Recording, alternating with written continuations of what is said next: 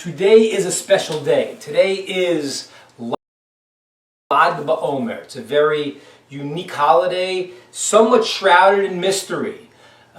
Questions what you do, where it's from. It's a strange holiday. I'm trying to talk about it because it's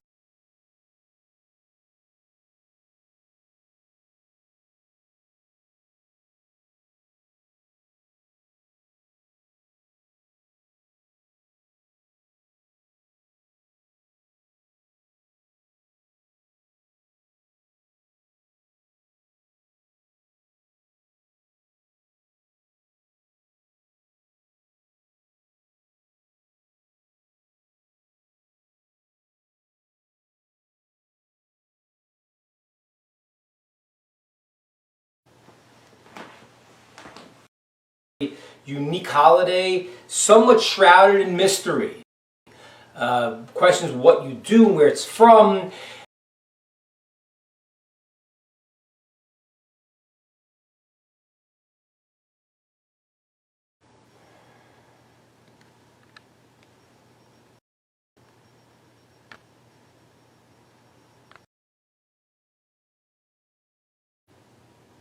Today is a very special day, a special holiday. It's called Lag BaOmer.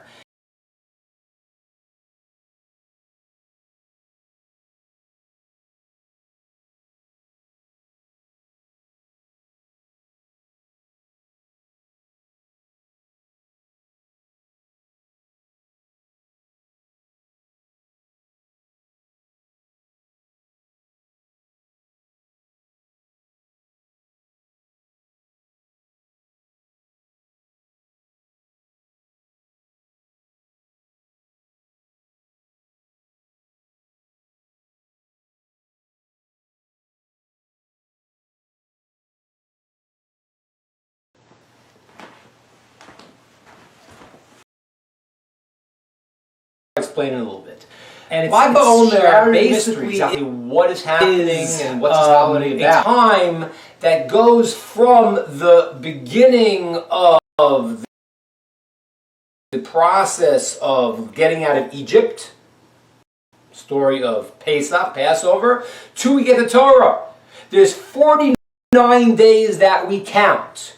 49 days that we count to prepare ourselves from the coming out of Egypt to being able to get the Torah 49 days later. Okay? Now, what is that about and why is that so important? Why are we counting 49 days from leaving Egypt till we get the Torah 50 days later? We count 49 and then the 50th day happens on us, so we don't count that. But from that point of getting out of Egypt the next day, we count 49 and 50 we get the Torah. Now, the count during this period of time, there was in history a great sage, Rabbi Akiva. Rabbi Akiva was considered to be the conduit for the oral Torah. Okay, Moshe gave us the written Torah, and as the generations went on, there was explanation and taking their ideas and expounding, not making up stuff, of course, but to expand and to give over the oral understanding, and the conduit to that is considered to be largely Rabbi Akiva, the great sage Rabbi Akiva. Now, Rabbi Akiva had 24,000 students. And his 24,000 students all died during this time between Passover and Shavuot, we got the Torah. Leaving Egypt, he gave the Torah. Why did they die? The sages tell us they died because lo nagu kavod b'zeh b'zeh. They didn't give honor one to the other. Okay?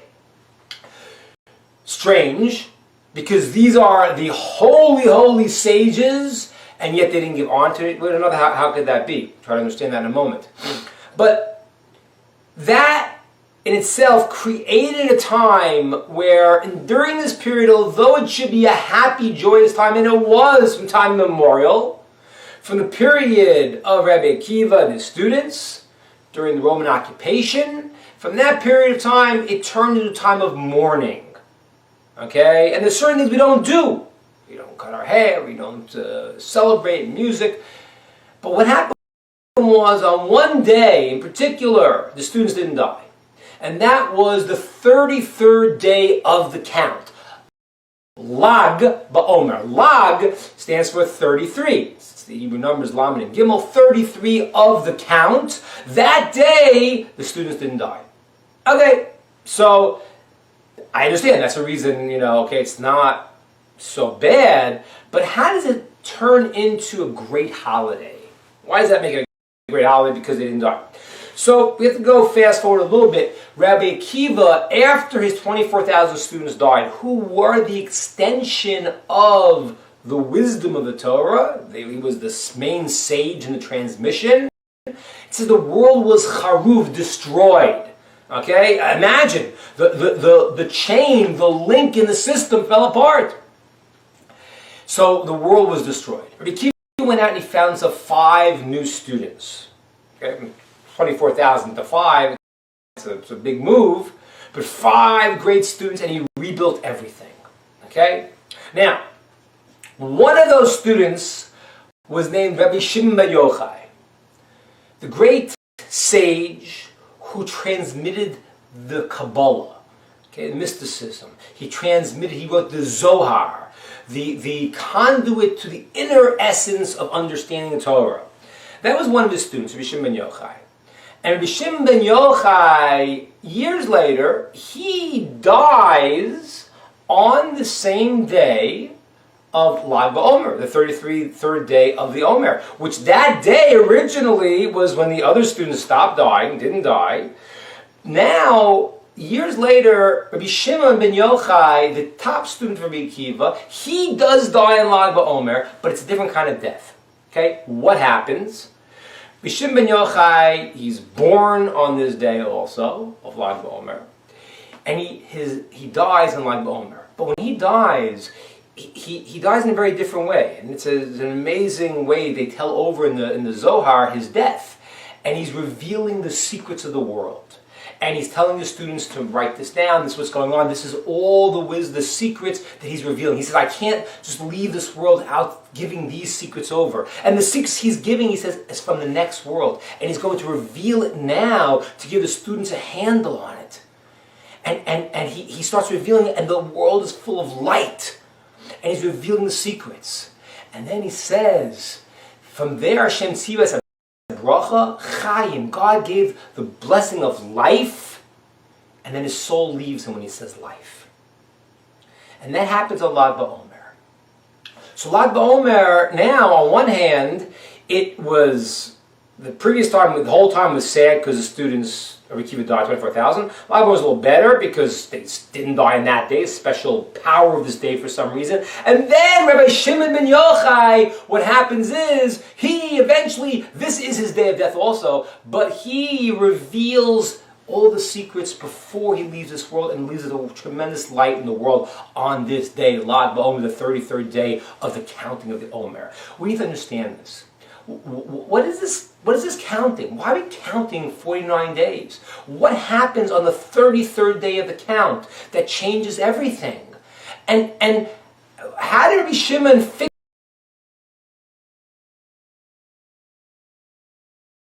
to Lag BaOmer live? Right, Ayelet? It is the custom on Lag BaOmer to light a Madura, a bonfire, even when it's 900 degrees out, which it is here in Atlanta. Oh, Dan, I'm sorry we got a little delayed. Good to see you here. So we're here at Lag BaOmer getting ready. We have the holy chevra around, the holy people around. So I want to tell you something about Lag BaOmer. What happened was, and those who want, I just posted a class on Lag BaOmer, and it's right now on our Facebook page. But it says on Lag BaOmer, what happened was Rabbi Shimon ben Yochai, who was the prime Talmud student of the great Rabbi Akiva, whose tradition passed on the teachings of the Torah and the Kabbalah. He wrote the Zohar. So it said that when he was dying, when he was going on his final days, his final day, he revealed the secrets and he gathered all of the sages around him. And he said to him, I'm going to reveal the secrets of the world to you right now.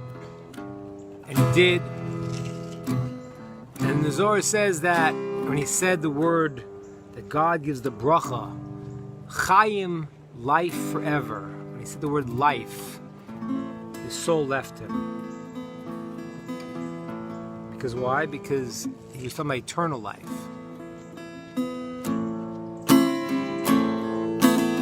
So we're going to sing a song. Victor, you ready? Ready. Victor's chopping on watermelon. But yet he will sing. I will.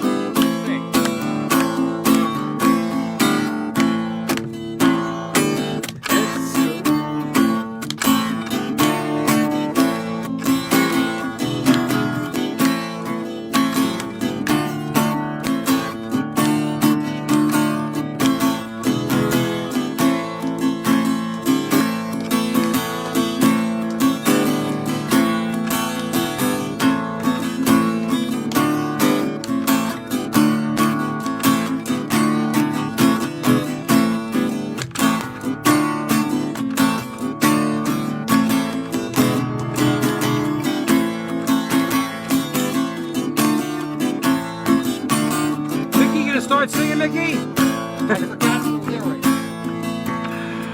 What is it? That's right.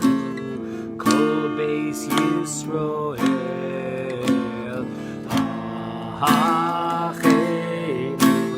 Kol Beis Yisroel. Hanesunim Batzara.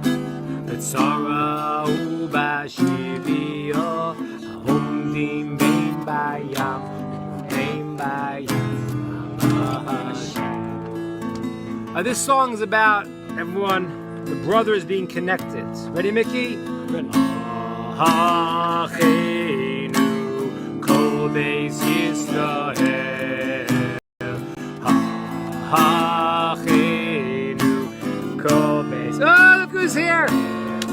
Anisunim Batzara, Batzara Ubashivia. Umdim Bein Bayam. Alright, let's go, everybody. Makom mirachem, yirachem aleich, yotzi ametzara, lerevacho, umeafil aleyoira, shibur legeola, ashta bagala ubizman karim. Makom yirachem, yirachem aleim, yotzi ametzara, lerevacha, umeafil aleyoim. The president walked in. Shiva legehula, ashta bagala, ubizman karim. So help me, makom yirachem, yirachem aleim, yotzi ametzara, lerevacho, umeafil aleyoim. Shiva legehula, ashta bagala, ubizman karim. Makom yirachem, yirachem aleim, yotzi ametzara, lerevacho, umeafil aleyoim. Mishivot legeola, ashta bagala, ubizman karim. Okay, ladies and gentlemen, we can say one or two things about Lag BaOmer now, because we got the holy chevra here, the holy people here. We even have just Shlomo, which is a nickname for Shlomo, who's here from Israel. He's bringing the holy vibes here, and you know, in Israel, Lag BaOmer is a very different day than America. Basically, there's a very strong power to celebrate Lag BaOmer. Now, I talked about it a lot, and if you listen, I just posted on the Facebook page, my Facebook page, a class on it. You should listen to it. But the Lag BaOmer is very strange because it's a really hidden holiday. It really is. In other words, when you ask what are the laws of, there are no laws of this holiday. Essentially, it's all customs. It's all based on mystical things because the holiday is what's called the Hilula Rabbi Shimon Yochai. Rabbi Shimon Yochai revealed the secrets of the Kabbalah, and he revealed the essence of what things were. And it's very hard to grab onto. How do you grab onto that? And so the holiday is shrouded in a lot of mystery. I want to talk about one idea that I've mentioned before in some other contexts, but it's a very famous Mishnah. The Mishnah says there was a rabbi, right? Lynn was a rabbi. It's not a joke. It's a true story. There was a rabbi, a priest, and an imam walking to a bar. No. There was a rabbi. His name was Yochanan ben Zakkai. And he said to his students, he said, listen, he had 5 great students. He said, tell me, what is the best way a person should strive to be in their life? What's the derech hatov, the good way a person should strive for? So I had 5 students. I want to hear what you guys think the difference is. So one student said the difference that what you should do to strive for the good is have a good eye. Who votes for good eye? Eyes are good. Eyes are good? I like eyes? The eyes have it. The eyes. So the first sage said a good eye. The second one said to be a good friend. Chaver tov. The third one said to be a shachen tov, a good neighbor. What's Hebrew? Shachen. What's the difference between a good neighbor and a good friend? A good friend doesn't live next to you. Right. A good friend, exactly. A good friend doesn't live next to you. Get him out of the area. So it's one thing to be a good friend, but then to be a good neighbor when you have the people next to you all the time, it needs some more boundaries. The fourth sage said that you should see roas and noilad. You should see what's ro'eh at the nolad. See what's going to happen from your actions. He was known to be a one who had fear and awe of God, and therefore he was careful. If I do this, it's going to lead to something else. And the fifth sage said a good heart, lev tov. So now the rabbi asked the 5 students to say their path that a person should seek out in life. 5 answers. Which one do you like the best? Good eye, good friend, good neighbor. See what's going to happen from your action of your results. Have a good heart. Wow, one about a good heart. You taught us well, Rabbi. Yeah. The answer is to have a good heart. Now, but Wait a minute. Wow, good. Wait. Good, Mickey, good. What about the eyeball? What about the eyeball? So let's talk about the eyeball as opposed to the heart. That's a good question, because the 2 sages that in this teaching are talked about as the ones who have who are maybe the greatest of the bunch. One said the good eye, and one said the good heart. So what's the difference between a good eye and a good heart? Can't live without a heart. You can live without an eye. That's a good point. I'll buy that one. What else? What's the difference between a good eye and a good heart? Yeah, you got to have a heart to live, but you don't need an eye to live. Okay. Good. Is that deep, Rabbi? It's very deep. L'chaim. So, all right, what do you guys say? Difference between a good eye and a good heart. Well, I want to tell you first, I don't really understand what a good heart means. I really never understood it. I don't know what it means. It's like words, like, okay, good heart. Yeah, you're a nice guy, you have a good heart.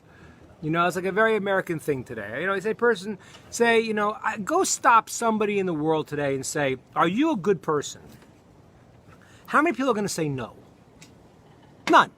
Okay, so good. I want you to try this experiment tomorrow. Go to somebody and say, are you a good person? And say, yes. Say, tell me one good thing you did this week.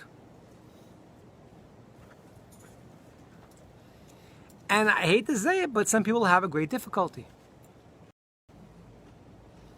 Tell me one good thing you did today. If you're a good person, you must have done 100 good things today. So when you ask someone, I say, wait a minute. So if you're a good person, you didn't do something good, why you say you're good? And what's the answer they're going to tell you? I didn't hurt anyone. I didn't go and trip any old ladies crossing the street. I didn't do that. I didn't hurt small farm animals. I didn't do that. Like, so what? Why does that make you good? A good person has to do good. So what does it mean to have a good heart? What does that mean? It's like words to me. What does it mean? So I'll tell you what I saw in the Tiferes Yisrael. It's a commentary on ethics of our fathers. This isn't very simple, but I think it's very, very deep. A good eye is in your head. Where your eyes are, it's in your head. Meaning that a good eye, I know I should look at the world this way. It's an intellectual effort. I should look at a person in a way where I judge them favorably. I should be happy with what I have because God gave it to me. And it's very good. It's a very important thing to do. But it has to do with mindsets, which I think are very important. Your person has the right mindset, and by the way, if most people get this, it'll change your lives. If we believe for a second that, okay, what I have, Mickey, listen to this one. What I have is exactly what I need. Oh boy, that's a Jewish belief. What you have at this moment is what you need, because it's the test. Doesn't mean it's always easy, but what you have is exactly what you need. So if I believe that, and I believe, let's listen to this one, that nobody could have what is due to me. That's what's theirs. I object. I'm sure you do. I object. I'm sure you do. That's right. Rabbi, how far can you go? I can go very far. But that is another fundamental Jewish belief, that what you have is what you need, and what someone else has, they cannot take what's yours. And by the way, if any of us believe that, really believe that, all jealousy, all anger is gone. Because you have yours, I have mine. You know, I was learning with one of the guys this week the story of King David. And I just want to qualify, because people misunderstand. King David is the greatest of the great, and the whole story of adultery, that's not what happened. She was actually divorced, but it wasn't the right way that he went about it. But the thing was that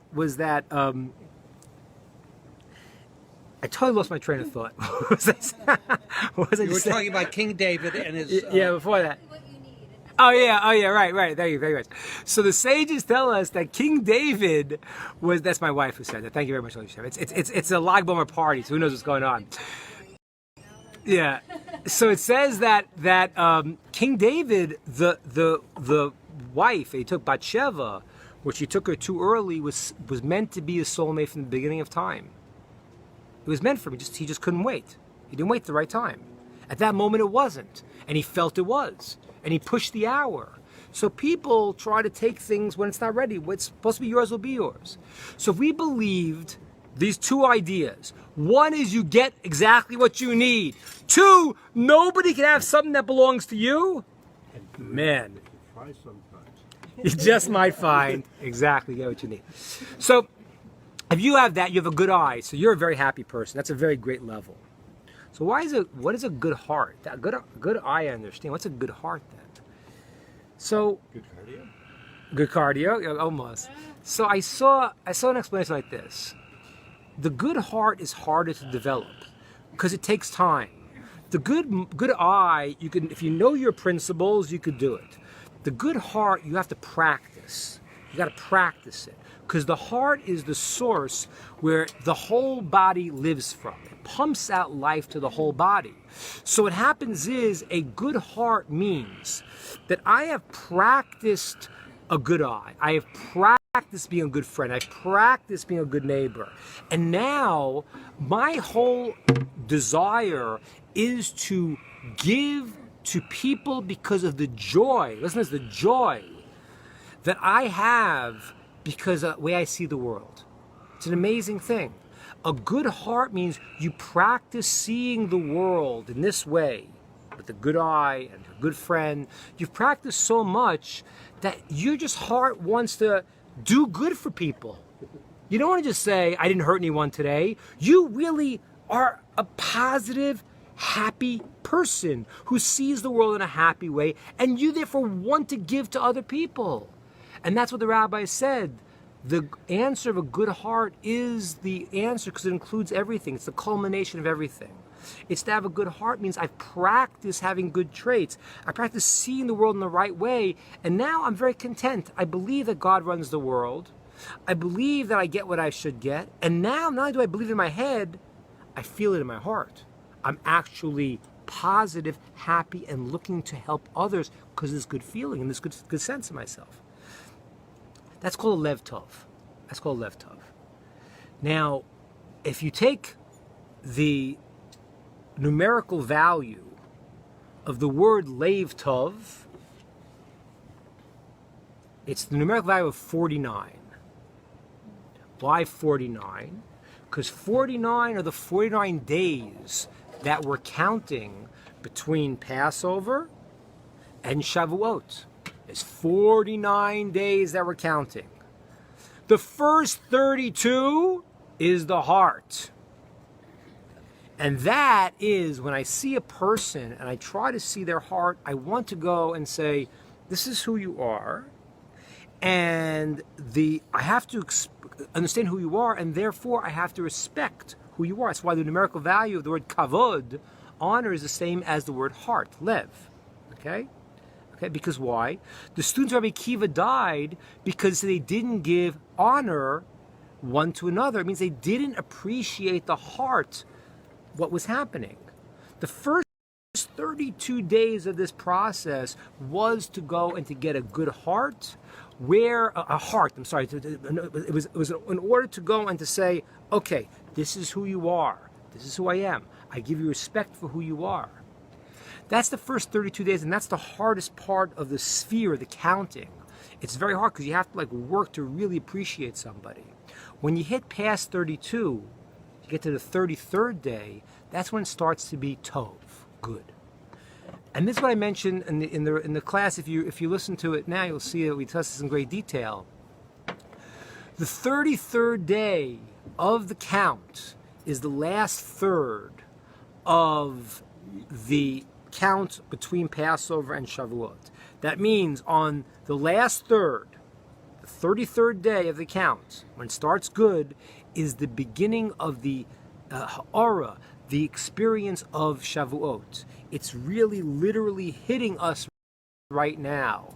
We've gone in from the stage of realizing that we are unique, we have a heart, we deserve honor, to feeling the good itself, to feeling the power of the Torah.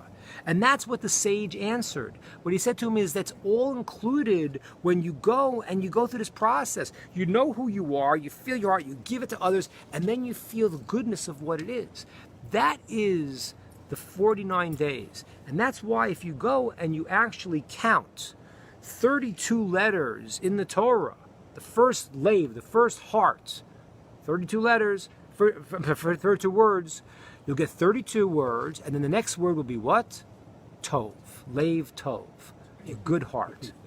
Yeah, if you count the first 32 words of the Torah, which is the concept of this heart, the first 32 days of the counting, the next word is the last process, is the word tov. Okay, that's when the goodness comes in.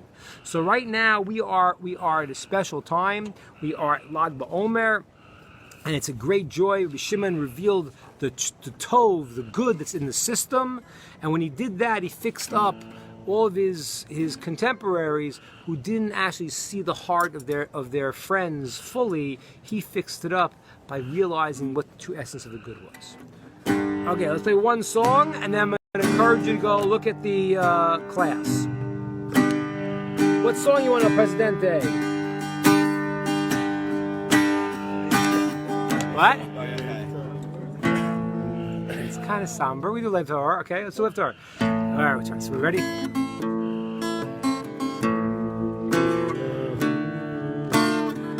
This song is called Lev Tahor, beautiful, pure heart.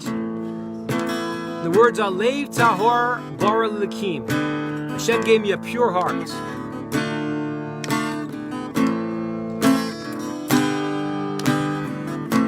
And a pure spirit.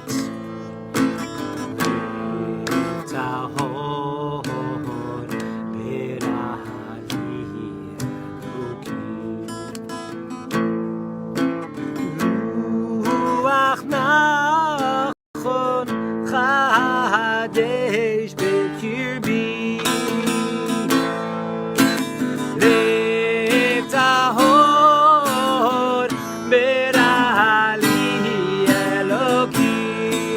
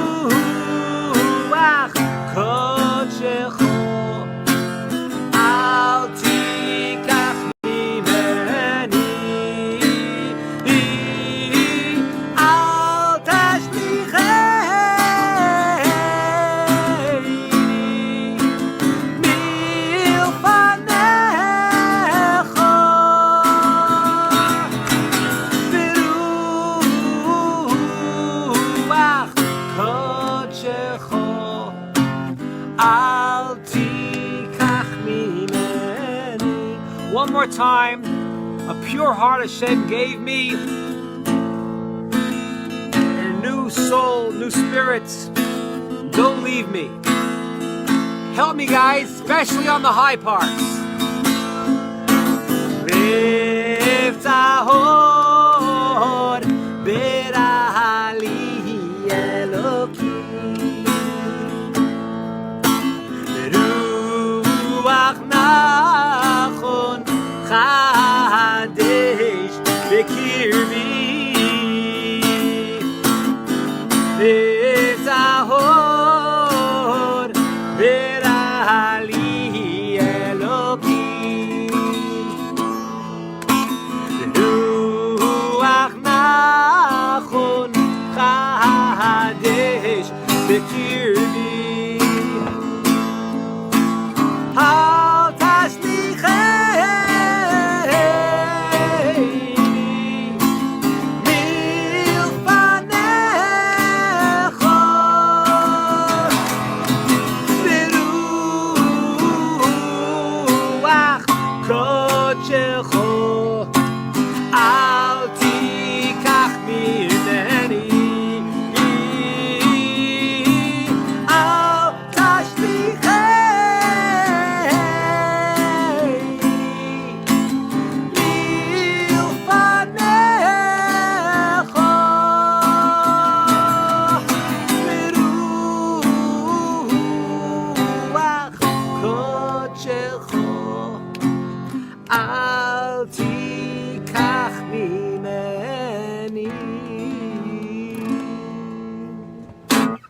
Okay, happy Lag BaOmer, everyone. Well, it was wonderful. Thank you, Rabbi. Mickey. I encourage everyone to go. I posted the class. It's on my Facebook page. Dan, if you could show them how to get there. Karmi Ingber, my Facebook page. There's a class on Lag BaOmer where I spelled out the things we discussed a little bit tonight.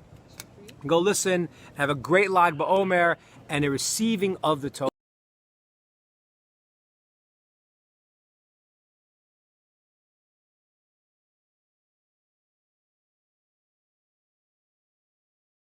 Fix up or do something better than the other students of Rabbi Akiva.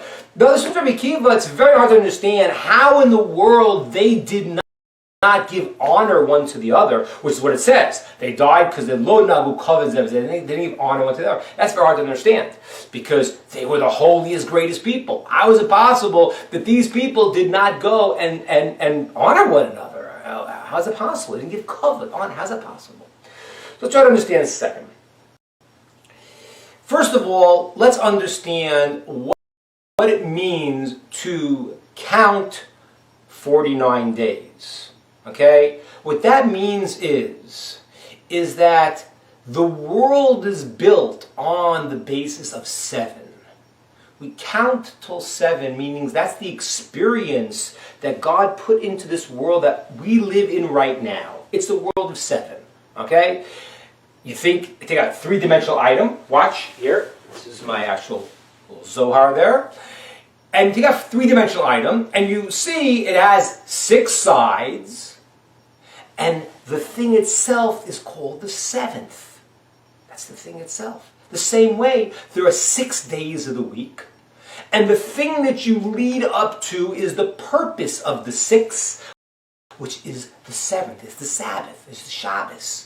Okay? And that's why there are 7 in the way the world is structured. There's 7 notes in the scale. There are 7 colors in the rainbow. That's the way the world works. It's 7. 7 represents the world, the physical, as we have it today. Okay?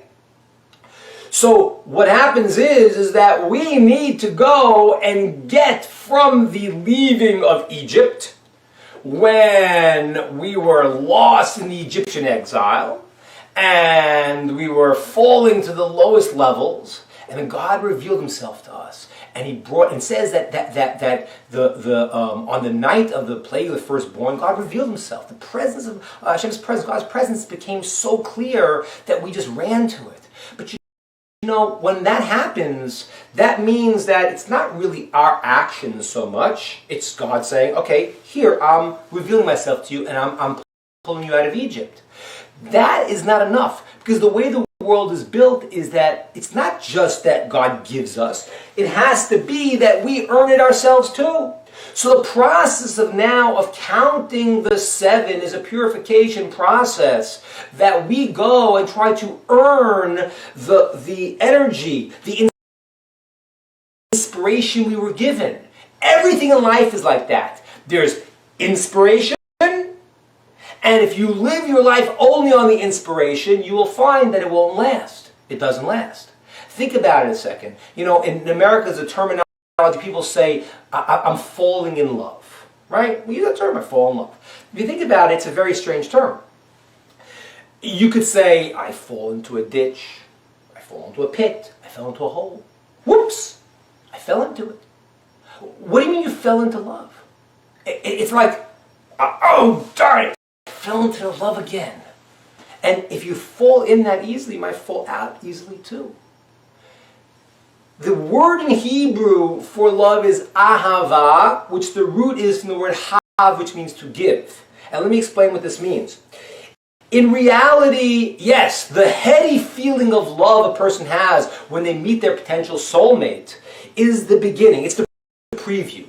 God is saying, okay, this is what it could be. That's the inspiration. But if you don't go and work on that and acquire it and make it your own, that inspiration will leave. Every artist knows this.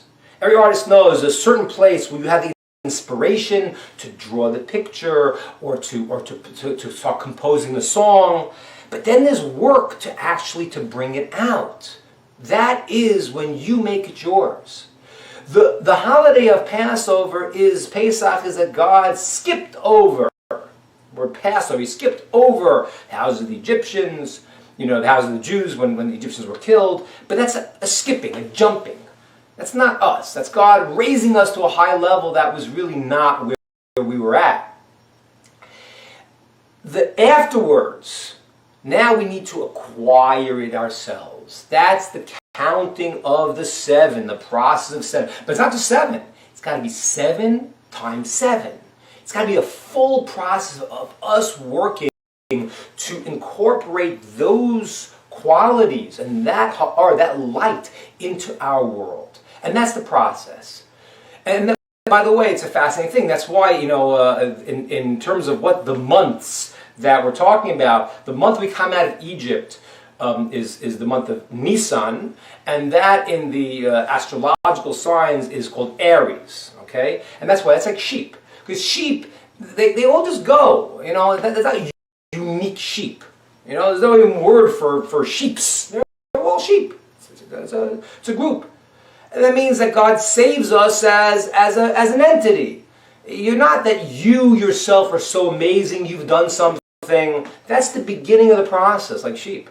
The next month, the month of Iyar, the main month where we count this whole process, that month right now is the sign of Taurus, which is the bull. The bull is what pushes forward itself. It plows the field. In the month of Iyar, we need to go and count 7 times 7 until we acquire this quality. The inspiration to disappear has to have the work, the perspiration, if you will, to go and to make it our own. And then we reach the next month when we get to Torah, which is now is the month of Gemini. It's and the twins. And what does that mean? That means God and the Jewish people. That means there's a relationship. I gave to you what's called in Kabbalah Sru'ustadili law. I give an upward arousal, followed by a lower arousal that we go and we acquire. And then there's a unification. And that happens on the holiday of Shavuot, when we are able to receive the Torah. Okay, so we're counting 7 times 7. And then the truth is, and then once we're going towards it, when you get past 7, there's nowhere to go. Because that's where the world's built. You get to the number 8 after 7, and 8 is considered to be beyond nature. And that's why, for example, the circumcision, the bris milah, is on the 8th day. Okay? Because why? Because 7 is the normal system. The bris milah, the covenant, is beyond the natural world. It's on the 8th day. An offering a korban, an offering, is only offered on the 8th day. Because why? Because 7 is normal, natural world, and then beyond that is where you can start bringing an offering that goes beyond that. So 8 is already hitting another level. So much so that it says in the Talmud, it says that the harp of David had 7 strings, like 7 notes, so to speak, and Messianic times will have 8. There'll be another dimension, another tone, another sound, another level that we can't even experience right now. That's the level of beyond. So if you count 7 times 7, you know what you get? You get the 8th. 50th is the super 8, right? Not the motel. But it is the super 8. It's the ultimate expression of the 8. And that is why also the 50 days till we get the Torah. Okay? 50 years of what's called the period of the Jubilee, the Yovel, when everyone returns to their root. Because the 50 represents the ultimate 8. 7 times 7, and we come to 8. That is where we're going, and we count the 49, which is in our capabilities. Past that, that's out of our power. That's already the 50th that we don't count. That just happens to us. Once we prepare ourselves, then we're able to get the 50th. Okay, so fine. Very nice. So now we understand why we're counting 49 to 50. But what happens in the 33rd day? Why in the 33rd day does something change and the students don't die? They weren't giving honor to one another, so apparently they would continue not giving honor to one another. Why in the 33rd day does it change? And what did Rabbi Shimon ben Yochai fix up about the 33rd day that was the ultimate rectification of what the students didn't do and didn't give honor to one another? What happened there? Let's understand this a second. So, why would a person not give honor to someone else? How do we not do that? How do you meet someone and you don't want to give them honor? You basically, you blow them off. How does that happen? Because you don't see, or we don't see often, the greatness of another person. You don't see it.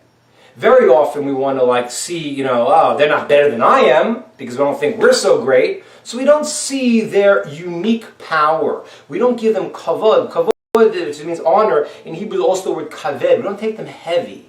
It means heavy. It means we don't take them seriously. We don't look at them as value. We blow them off. So very often, what happens is a person doesn't want to see the greatness of somebody else. They're too busy worrying about their own shortcomings. And therefore they don't give honor to the other person. And that's a big problem. Now, how do you give honor to someone else? How do you give kavod? When we realize that every single person, every single one of us has something unique that we don't have. Okay? Everyone's there, there's a bunch of people, and you're in a group, and if you realize that every single person there is greater than you are at something, and they're the greatest in the world at that thing. And that's true. Because otherwise they wouldn't be created. Okay? When a person is created, they have to say the following statement the Talmud says. They have to say, Bishvili nivra ha'olam. The world was created for me. That's very egotistical. Well, not really, because I realize that you're saying it, you're saying it, we're all saying it. Because it's all true. Because everyone has a unique piece, a unique jigsaw puzzle piece that's theirs, that they're the greatest at. So to give honor to somebody, I have to see that they are the greatest at this thing, they are better than me. I might not realize it, and it's hard to do that, but at least I know that's true, I can approach them in a certain way. Now, why would the great students of Rabbi Akiva not know that? If I know that and you know that, why don't they know that? So one day the answer, very beautiful answer, the Shem Shmuel says, one of the great Hasidic masters, says the following. He says that what happened was like this. Let's say you take our body, and let's say we look at a body as one unified whole. And that's the way you're supposed to have unity amongst people. Okay? Love your neighbor like yourself. Means that I have to feel that you are like my right hand and my left hand. Okay? We're part of one organism. So if you're part of one organism, so then you could have real love and camaraderie with someone else. But your right hand doesn't wake up in the morning and salute your left hand and say, oh, left hand, you're so amazing. Why doesn't it do that? Because the left hand and the right hand are all the same. They're part of the same organism.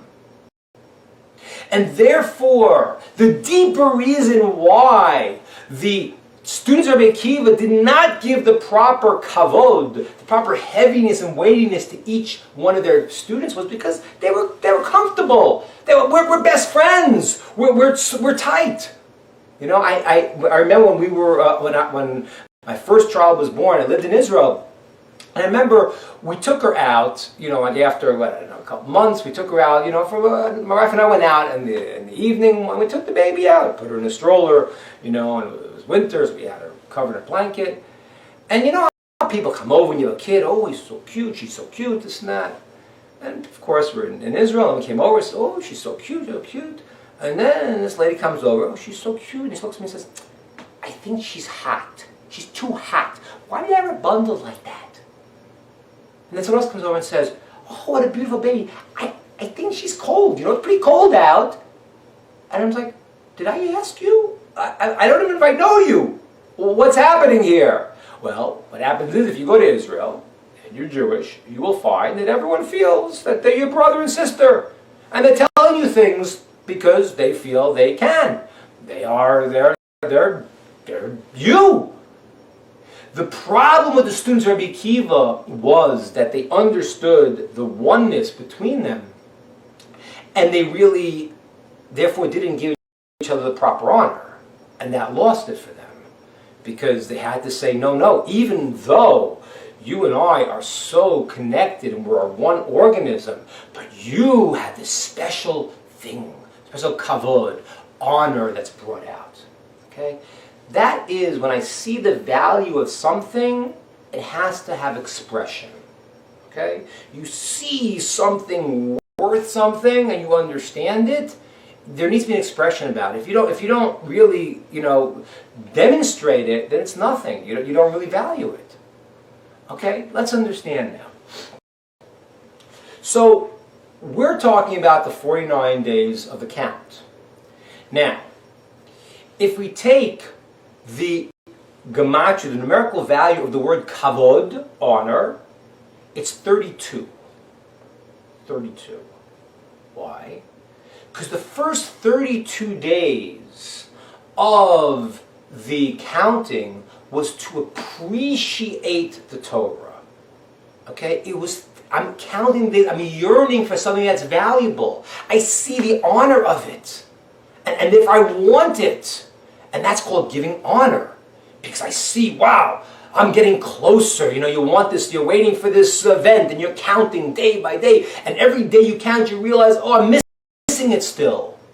So that count is the beginning, the first 32 days is the time of kavod, of honor. Okay? It's a time of the yearning that you create a place in yourself for wanting something that's greater. Okay? Now, what happens afterwards, and why does it change at 32? I mean, it's a nice thing, the number of honor, okay, but what is it? Why? What does it mean? So everything in the world is divided up into three: beginning, middle, and end. So you take the 49 days, with 50 if you include Shavuot itself, it's like 49 days. You divide it into three.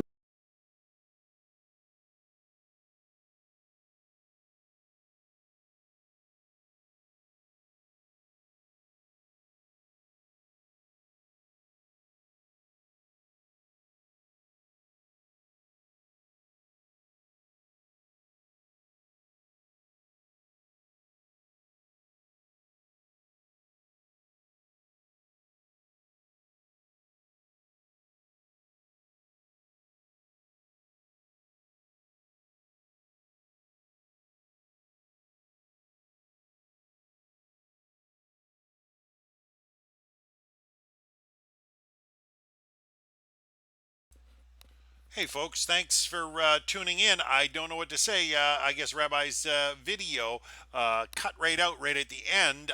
He'd called me this afternoon and was discussing a bit how to upload it and to maybe set up this broadcast, and he wasn't wasn't able to send it to me in time to clip it and work with the audio, but we're still working it this stage by stage, and we are so thankful for every one of you that tunes in, checks out this video. Rabbi Ingber pours his heart out, and I am so grateful and thankful that he opens up his home and tonight his backyard to share with us Lag BaOmer and all that it has to do with. A very, very deep and mystical topic, a subject, and a festival that has such deep meaning behind it to do with the heart. And I really enjoyed what he was posting there, getting to the point about how there is a unique part for each and every person that no one else can fulfill. And I really hope you enjoyed that class, folks. We'll try and get more clearer and more steady live broadcast coming to you. But I want to thank everybody for tuning in tonight, especially Cole. It's nice to see you again, Cole. And we had Kat from Alberta and several others. Paul Garcia, thank you so much. And my friend William Allen. Appreciate you guys all tuning in regularly, and we hope to get more. And we hope that you folks have a lovely evening, and we'll see you guys again soon. So bye for now, and we'll talk again later.